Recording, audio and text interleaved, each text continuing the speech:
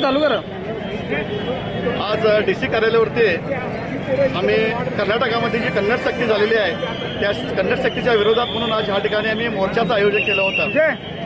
या ठिकाणी डीसी साहेबांना निवेदन दिलेलं आहे की येत्या महिनाभरात जर तुम्ही कन्नड सक्ती जर मागे घेतली नाही तर आम्ही तीव्र आंदोलन करणार आहे। परत त्यांना आम्ही या ठिकाणी वॉर्निंग दिलेली आहे। आज बेळगाव आणि सीमा भागामध्ये त्यांना आम्ही सांगितलेलं आहे वाटेल ते तुम्ही तुमच्या कर्नाटकमध्ये करा, पण बेळगाव हा न्यायप्रविष्ट भाग असल्यामुळे या ठिकाणी तुम्ही कन्नड सक्ती करू नका। या ठिकाणी त्रिभाषिक तुम्ही अवलंबला पाहिजे।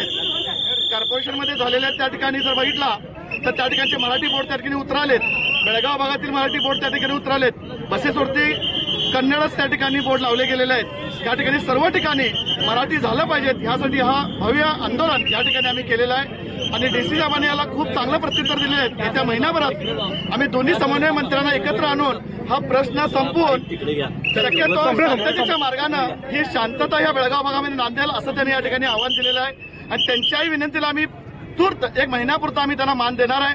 जर वेळेत जर हा कर्नाटकामधला जो आपल्या बेळगाव भागामध्ये जर कन्नड सक्ती वेळेत जर यांनी काढली नाही तर याच्यापेक्षा मोठं तीव्र आंदोलन या ठिकाणी आम्ही करून भलं आम्हाला या ठिकाणी जेल झाली हरकत नाही, संपूर्ण सीमा भागातील मराठी बांधव एकटा होऊन या प्रश्नांना परत एकदा आम्ही दाखवणार आहे।